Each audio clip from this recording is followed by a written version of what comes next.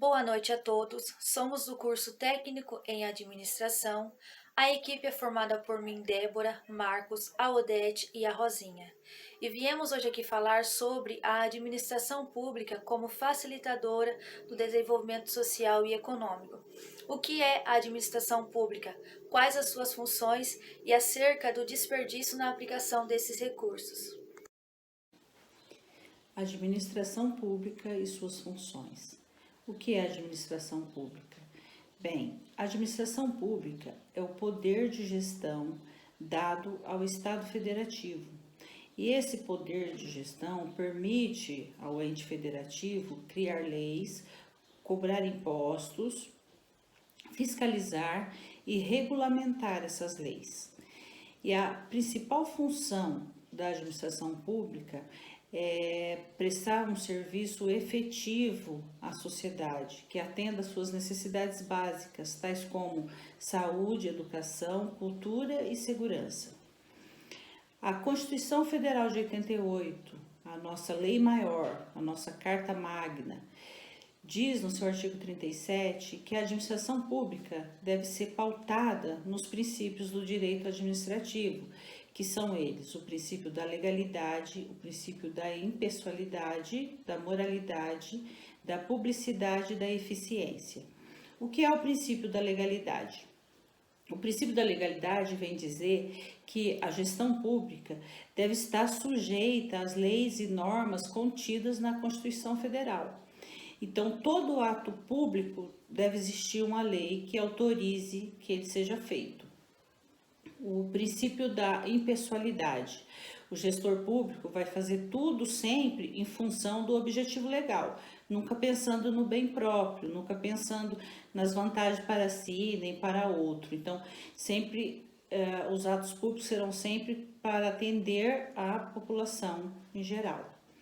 O princípio da moralidade, além de obedecer aos princípios da legalidade, de obedecer à lei jurídica, o gestor público também deverá obedecer às normas éticas da instituição onde ele serve. O princípio da publicidade quer dizer que todo ato público deve ser publicado em mídia oficial para que se torne de conhecimento da sociedade. E aí nós temos os diários oficiais, né, do Estado, municipal, e todas as mídias oficiais da organização pública. E o princípio da eficiência, assim como a principal função da administração pública, é que o gestor público, a gestão pública deverá prestar serviço eficiente que satisfaça, que atenda às necessidades da sociedade num tempo satisfatório e que seja um serviço que possa suprir aí as necessidades da população. Nós sabemos que não é exatamente assim que funciona, infelizmente, mas nós sabemos que é um direito da população, que nós podemos exigir que a administração pública preste um serviço eficiente à população. Bem, a Constituição Federal de 1988, a partir do seu artigo 1º, tornou autônomos os entes federativos, ou seja, a União, o Distrito Federal, os estados e os municípios. Então, ocorreu aí a descentralização administrativa, política e financeira. E aí, no seu artigo 29, a Constituição vem dizer que o município deverá ser regido por lei orgânica. E o que seria essa lei orgânica? A lei orgânica é a lei maior do município, seria a Constituição Municipal. No caso de Paraguaçu Paulista, a nossa lei orgânica é de número 1616 e ela foi publicada em 10 de outubro de 1990. E cabe aqui dizer que no artigo 7º da nossa lei orgânica, diz que é função do município suprir no que for necessário as necessidades da sociedade. Então, mais uma vez, nós sabemos que baseado em lei, que amparado em lei, nós podemos exigir da gestão municipal que atenda às nossas necessidades básicas. E administração pública direta e indireta.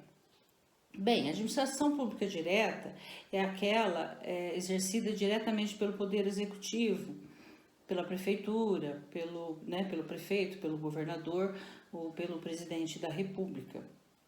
E a administração pública indireta são representados pelas ONGs, pelo terceiro setor, que seria uma terceirização do serviço público. Administração pública direta e indireta. Bem, a administração pública direta é aquela exercida diretamente pelo poder executivo. E a administração pública indireta seria aquelas exercidas por ONGs e associações. Através do organograma que nós apresentamos, a gente pode ter uma ideia aí de como funciona. Então, nós temos o Poder Legislativo, que é a nossa Câmara Municipal de Vereadores, que é onde são criadas as leis, votadas e apresentados os projetos aí de melhoria para a população. E o Poder Executivo, que é a administração direta, que seria a própria Prefeitura, e a administração indireta. No caso aí da nossa prefeitura, nós temos 8 ONGs no município, que seria uma terceirização do serviço público. Mas por que essa terceirização? Um exemplo, a Santa Casa de Misericórdia, essa administração terceirizada permite que ela seja focada só no objetivo que ela tem, que é prestar um serviço médico hospitalar à população. Então, através da ONG, através da administração indireta, é possível prestar um serviço muito mais eficiente à população. E depois nós temos muitas outras ONGs a nível nacional e estadual que trabalham aí em vários setores onde a própria administração pública não consegue chegar, onde o Estado não consegue chegar. E elas atuam aí no setor ambiental, protegendo e tentando recuperar aí a degradação provocada pelo ser humano, nos direitos dos animais, que é contra os maus tratos e o abandono, que é muito recorrente, na proteção aí da população vulnerável, que é os negros, indígenas, os que vivem em situação de rua, sofrem violência doméstica, além de crianças e idosos que sofrem abusos. E assistência à saúde, nós temos aí o conhecido Hospital do Amor, né, o Hospital do Câncer, as associações que atendem diretamente pessoas portadoras do vírus HIV, a Associação Narcóticos Anônimos, o Alcoólatras Anônimos e atendimentos psiquiátricos, que são os conhecidos CAPs. As ONGs mais expressivas no Brasil, nós temos aí a Fundação SOS Mata Atlântica, que trabalha na proteção e recuperação da Mata Atlântica brasileira, a Fundação Abrinq, que é voltada exclusivamente para o desenvolvimento da criança, além da proteção à criança, do amparo à criança. E a Associação de Assistência à Criança com Deficiente, é muito conhecida, é a ACD, que presta aí um serviço de atendimento médico, hospitalar e fisioterapêutico para crianças portadoras de deficiência física e mental. E algumas ONGs mais famosas pelo mundo, nós temos a Cruz Vermelha, que atuam aí em campos de guerra, né? Socorrendo os feridos em campos de guerra. Nós temos os Médicos Sem Fronteiras, que também eles atuam em zonas de combate, né? Em zonas de guerra, mas também em países que sofrem desastres naturais, né? Catástrofes naturais. E a Greenpeace, que é a proteção da vida nos oceanos, das vidas marinhas em geral. Programa de Desenvolvimento Municipal. O desenvolvimento econômico municipal, ele vai variar de acordo com a gestão. Por exemplo, se entra um prefeito que a visão dele é mais voltada para a educação, teremos um melhor desenvolvimento na área da educação. Se a visão dele for mais voltada para a área da saúde, teremos um melhor desenvolvimento nas unidades básicas de saúde e assim por diante. E como se dá esse desenvolvimento? Esse desenvolvimento ele se dá não só com a aplicação de recursos, mas na forma como esses recursos são aplicados. Não adianta o governo municipal, prefeitos e vereadores, eles aplicarem esses recursos de forma irresponsável. Esses recursos, eles devem serem aplicados dentro de um planejamento e de forma favorável ao desenvolvimento do município. E é por isso que quando vamos votar, temos que analisar bem os planos de trabalho do candidato ao qual nós vamos confiar o nosso voto. O desenvolvimento municipal ele se dá a isso, tanto na expansão de um serviço que já existe, como por exemplo, eu vou aumentar salas em uma escola, quanto na criação de um novo serviço público. Eu vou criar uma nova unidade base de saúde, eu vou criar uma nova escola. Isso é claro, de acordo com a visão da gestão atuante, de uma boa equipe administrativa e de um bom planejamento municipal. O planejamento municipal, ele é que vai mostrar o caminho estratégico para que se obtenha resultados satisfatórios em relação ao desenvolvimento econômico do município. Tem por objetivo atender às necessidades dos moradores e promover uma melhor qualidade de vida. Este planejamento ele é altamente recomendado para todas as cidades, traz inúmeros benefícios tanto para o município quanto para a população, porque ele atende no geral todas as áreas da gestão municipal, área da saúde, da educação, da urbanização, do meio ambiente, dentre muitos outros benefícios, desde que este planejamento ele seja seguido exatamente como foi planejado. E dentre esses benefícios, podemos citar o corte de gastos não essenciais, como já citei lá atrás, sobre a aplicação de recursos.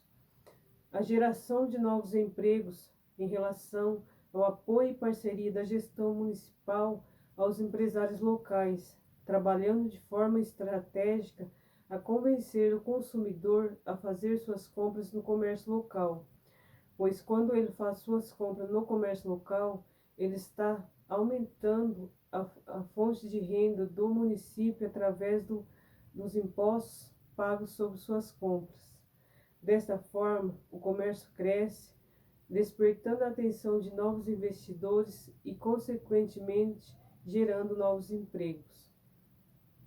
Então, é mais ou menos por esse caminho. Uma boa gestão municipal, ela não atende somente um setor, seja na área da educação, da saúde ou de qualquer outra área ligada ao governo municipal, ela afeta também o PIB, Produto Interno Bruto, a receita tributária, que é a fonte de renda que gera os tributos, dos quais voltam para o município.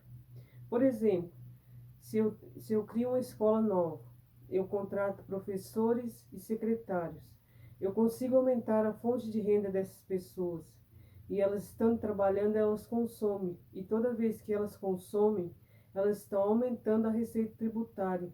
E essa receita, parte dela são os tributos, impostos que voltam para o município. É importante ressaltar também que todas as vezes que você faz suas compras no município vizinho, você está contribuindo para o crescimento econômico daquele município. Por isso, hoje, existem as campanhas das gestões municipais em parceria com os empresários locais e associações comerciais para convencer o consumidor a fazer suas compras no comércio local. O orçamento, no sentido mais amplo, é sempre o planejamento de uma ação futura, e no setor público não é diferente.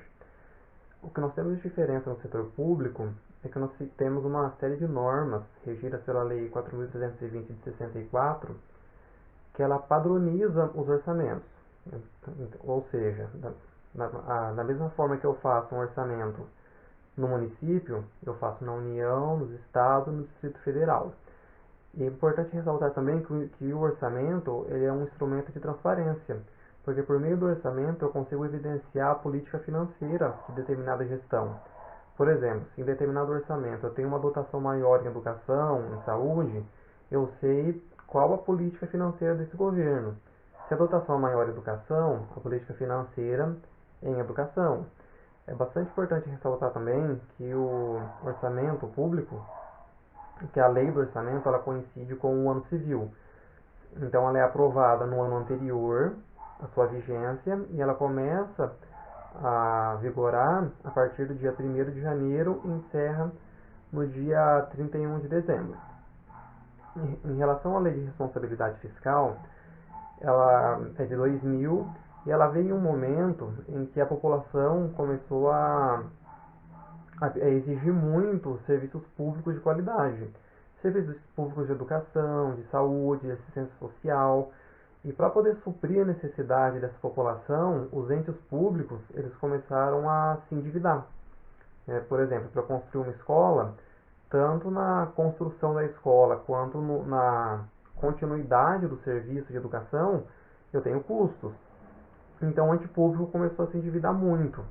E chegou a um ponto que não tinha limites para endividamento. Ele podia ir fazer operações de crédito, fazer empréstimos, e não tinha nenhuma lei que regulamentava o quanto ele podia fazer isso.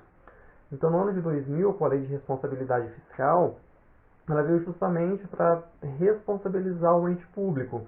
Ela veio para trazer o equilíbrio das contas públicas, trazendo limites de endividamento.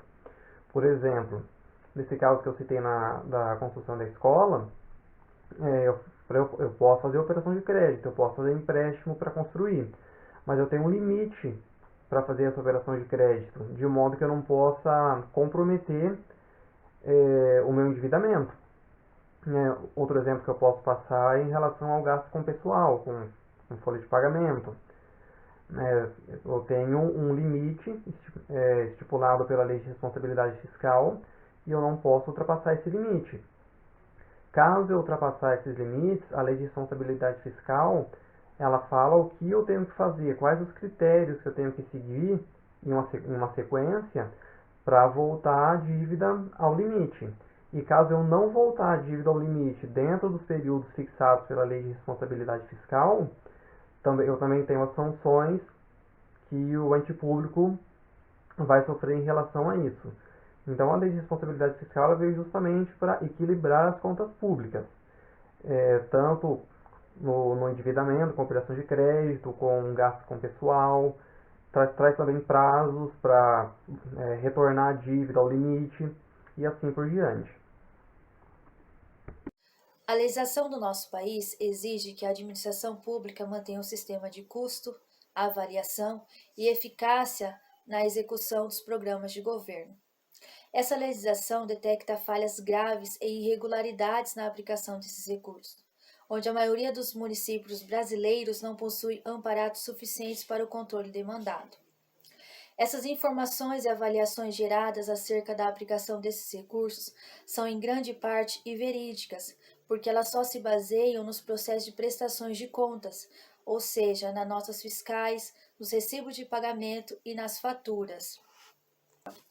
Temos o uso irracional dos recursos naturais, como por exemplo o consumo da água, da luz e do papel. Temos um conjunto de 27 fundos, sendo que um deles é do Distrito Federal.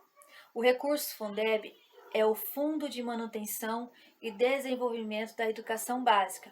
Entrou em vigor em janeiro de 2007. É um fundo especial de natureza contábil. 20% dos nossos impostos é destinado a este fundo, como por exemplo o IPVA, e 60% é destinado à remuneração do salário dos professores da educação básica, nos transportes escolares e nos materiais didáticos de acordo com o senso comum, e na manutenção de creches, escolas, o ensino fundamental, o ensino médio e a educação de jovens e adultos.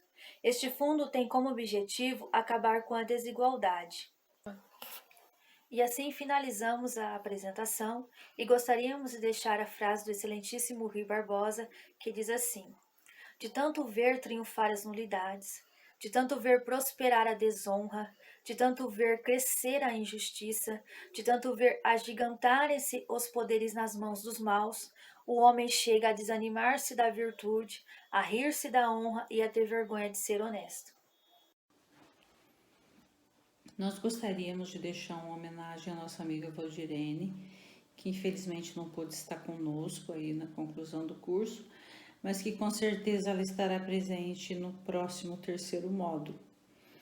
E nós vamos recitar aqui um trecho de um texto do Shakespeare que ela gosta muito. O que aprendi na vida?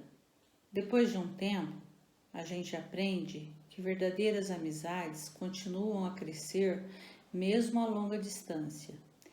E o que importa não é o que você tem na vida, mas quem você tem na vida. A gente aprende que as circunstâncias e os ambientes têm influência sobre nós, mas nós somos responsáveis por nós mesmos. Aprende que heróis são pessoas que fizeram o que era necessário fazer, enfrentando as consequências. Aprende que paciência requer muita prática. Aprende que não importa em quantos pedaços o seu coração foi partido, o mundo não para que você o conserte. Aprende que o tempo não é algo que se possa voltar atrás. Portanto, plante seu jardim e decore a sua alma, ao invés de esperar que alguém lhe traga flores. E você aprende que realmente pode suportar, e que realmente é forte e que pode ir muito mais longe depois de pensar que não pode mais.